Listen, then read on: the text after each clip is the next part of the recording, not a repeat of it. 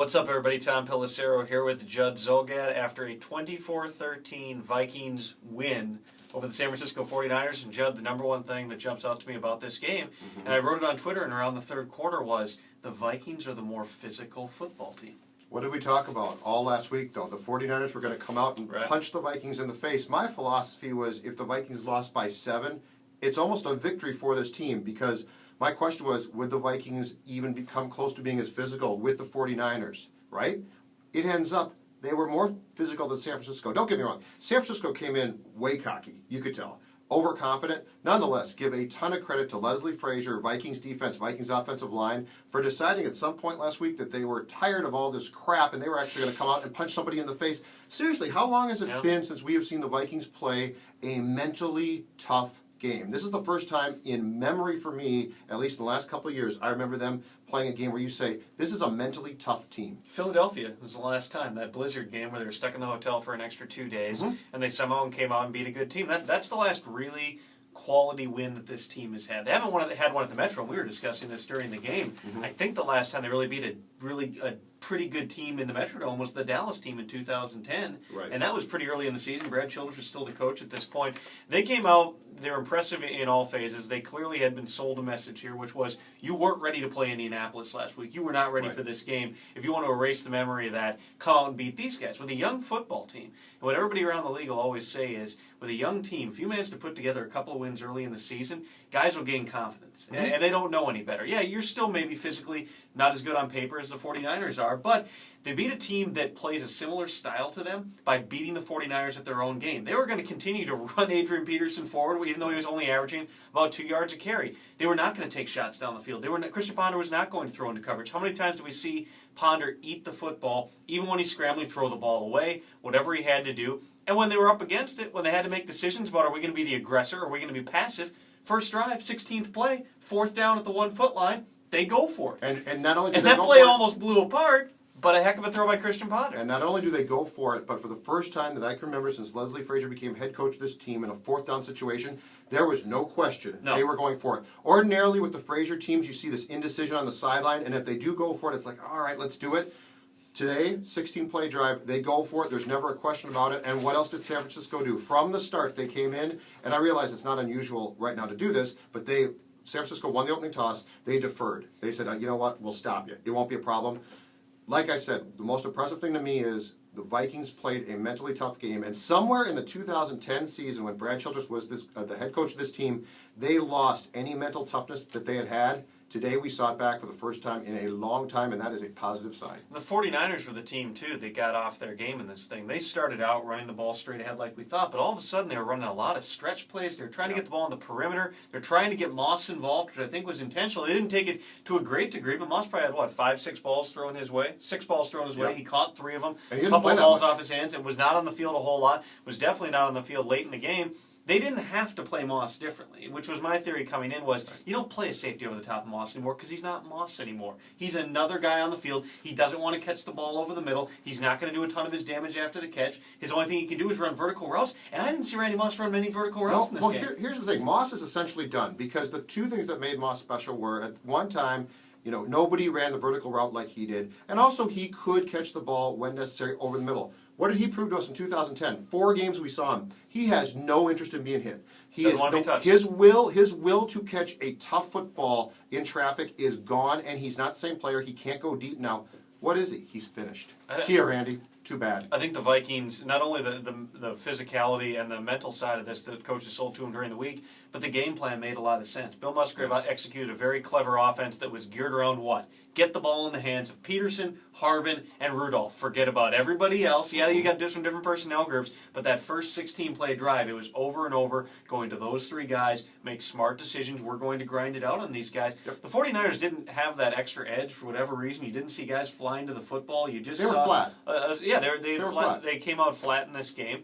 And I think that what the Vikings did offensively was really smart. I think what they did on defense, too, if you notice it, one thing that they really got was inside pressure against Alex Smith, which they haven't had in a long time. One of the big problems in the past has been, do you get enough inside pressure to set things up for those guys on the edges? Because all the pressure has been coming from Robinson and Allen. Today you saw some other guys. Smith was off spot. Alex Smith looked like 2005 through 08 Alex Smith today. He did not look like the guy who's turned a corner. Hey, and how about this? When the pass protection, when things broke down for Alex Smith today, he got flustered as all get out. You know, Christian Ponder didn't. I give him credit. There was some pressure from the 49ers, especially I thought in the first half. Christian Ponder bought time for himself, used his feet.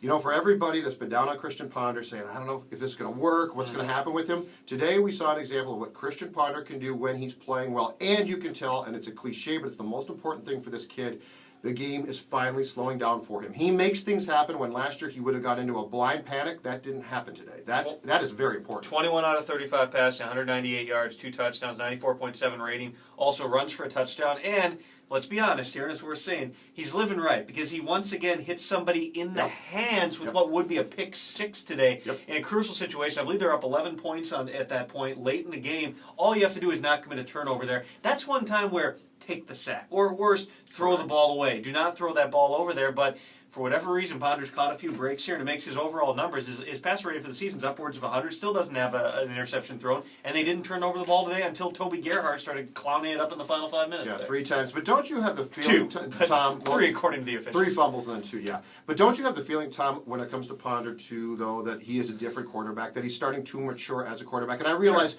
you have to get lucky. But it's also one of those things where you create your own luck a little bit as well. If you're playing well, if you have confidence, things are going to go right for you more often than not. If you're always questioning things and you look lost, they're not. Last year, Ponder always looked like he was questioning, am I doing the right thing? Now he might do the wrong thing, but he's still cocky about it, and for a quarterback, that's a must. Big thing for Ponder, too. And everybody gets on.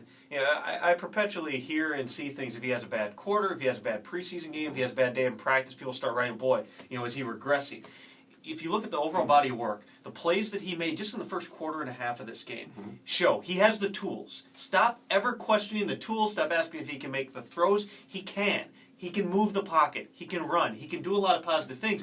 You just have to continue to become more consistent, continue to make better decisions. He's playing at a pretty high level right now, especially when you consider, no, he's not being asked to execute passes with a high degree of difficulty, but there's also no one open. How many times, if you're a quarterback, how frustrating would that be? These 7-step drops, deep play action, max protect, you got 2 guys out in pattern, and neither one of them is even remotely open. How hard is it for a quarterback to just say, I'm just going to eat the ball again? There was no vertical threat still today. Jerome Simpson comes back next week. We'll see how that works. I'm still not sold. We've talked about that. But what they did do today, and it'll be a difference between taking 1 or 2 shots versus none. And what Bill Musgrave did today, and what was smart about this, was what did they do early today? Incorporated a tight end. That's what they didn't do. Remember, there wasn't a pass to Kyle Rudolph till the 3rd quarter in week 2 against the Colts. Today they incorporated the tight end right away, and that's a must for this offense. Ponder is comfortable going to his tight end, and if you don't have a vertical game, you got to have some type of passing game. Getting the tight ends involved early today, and especially Kyle Rudolph, who again played well, and who is clearly Ponder and Harvin and Rudolph are the safety nets for Ponder. That works. So going to the tight end today was smart. You know what else I think they learned? As much as we always talk about the preseason, how worthless it is, they picked up on how the 49ers might try to cover Kyle Rudolph. They watched that game. If you remember, Rudolph had 2 third-down conversions in that game where they had Deshaun Goldson matched up against him one-on-one. We saw him get some of those one-on-ones again today. The first touchdown, that's a play that's designed to just go to Kyle Rudolph. That's a naked bootleg. He's got one option out there. It's Rudolph. Ponder waits as long as he can with a man in his face, gets that ball out. The second one, covers 0, just a little stick-type route. He throws it up there. The guy's not open. Adrian Peterson's wide open on the play. Jumping you up and throw it down. up, you let Kyle Rudolph go and make a play for you. That's what Rudolph can do. He's never going to get open. He's never going to get open, as you would say. And the difference between Rudolph and other guys, Michael Jenkins, Devin Rome should do when they're not open, is you can throw the ball to Rudolph and expect that at worst nothing bad's going to happen. You can complete everyone, but nothing bad's going to happen. And these tight ends don't have to be open. That's the key thing. You've got to trust them. And that's what Ponder does with Rudolph, and that's why it makes sense to involve Rudolph early in the passing game, because that does at least open some stuff up. All right, we got to talk about the referees. This was absolutely a complete joke. How this league is going to continue to operate. You know, supposedly this game, it's the most popular game on earth, et cetera, et cetera. And these guys, these players on the field, these fans in the stands have to put up with these guys. It's not the replacement ref's fault. It's the league's fault. But this thing officiated today, they have no idea what the rules are. They're so far in over their heads. Even when the babysitter comes on the field and disgusting. tells them you're messing this up. And you got 2 refs fighting over. One pulls the guy out of the replay booth. The other one pushes him. You had a ref fight. You had a legitimate ref fight on the sideline. We'll never see anything like this But this again. is a complete joke, and how Roger Goodell and the league is allowing this while preaching in every other case what a professional league they are is just beyond me. They have to do something. They really do. Leslie Frazier got in an argument with an official. Folks, Leslie, I've never seen Leslie Frazier get mad He's before. He's gotten fired up at officials a few times. And apparently I burned him up with a question earlier this week, That's very too. good. That's very well. You and Antoine Winfield are the keys to the victory, right? Antoine talked on Monday, and then you asked Frazier a question, and that also helped him.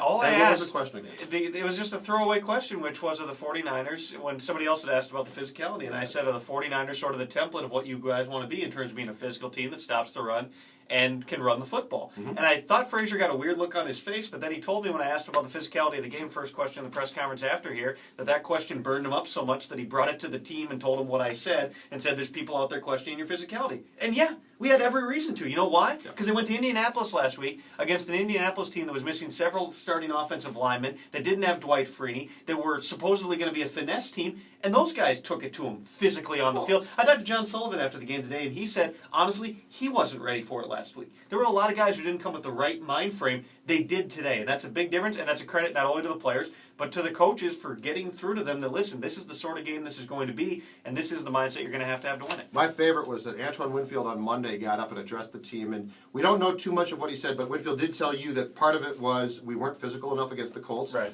I bet Winfield said, we are going to get killed if we don't go out there and at least try and be as physical as San Francisco. Everybody saw game one, week one, the 49ers going to Lambeau Field and basically shoved the Packers around. I'm sure Winfield looked at the Colts game against the Vikings and said, if we do this again, we are not only going to get killed, we're physically going to take a beating. And so I do give Winfield credit.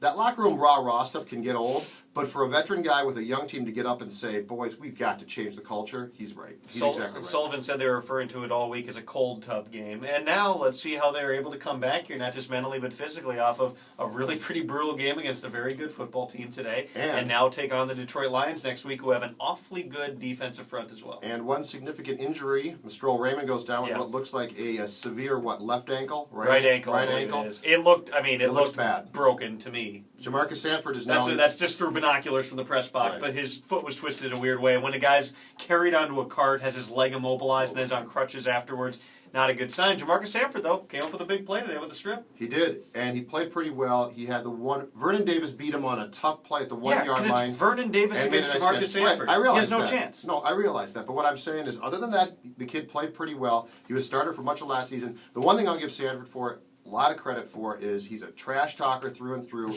but he's not a bad kid, and he's a guy that lost his starting job, was very down about it, but said, I'm going to try as hard as I can. Some guys say that, and it's complete BS. It's lip service. Jamarcus Sanford did stick in there and play really well on special teams. I give him credit for that. Young guys on this team beginning to build a little confidence, and talking to some of those veterans, too, there's a little bit of relief on their part, because they have not had too many of these quality sorts of wins the past couple of years. Jared Allen neck, by the way. Oh, yeah. Is he all right? Neck spasms. Did you talk to him? Yes. He's alive? He says he'll be fine. But he played a little bit of left end in the second half because he couldn't look to his left. That's not good. He could only look to his right. He decided after a while that playing left end wasn't a great idea because everyone was out of position then at the end, so he came back, played right end. And you know what he got? First sack? Got his first sack of the season while injured. In fact, he got hurt when he almost sacked Alex Smith at the end of the first half. Allen said, I've never been hit that hard before in my life, and it was by Alex Smith. Go figure. He's Judd. I'm Tom. Full Vikings coverage at 1500ESPN.com, and I'm headed to Detroit next weekend to watch the tied for first place Minnesota Vikings. On the move. I love that song. It's my favorite theme song. You good? The guy that sings. It's great. Sorry, I'll see you. Bye. See you.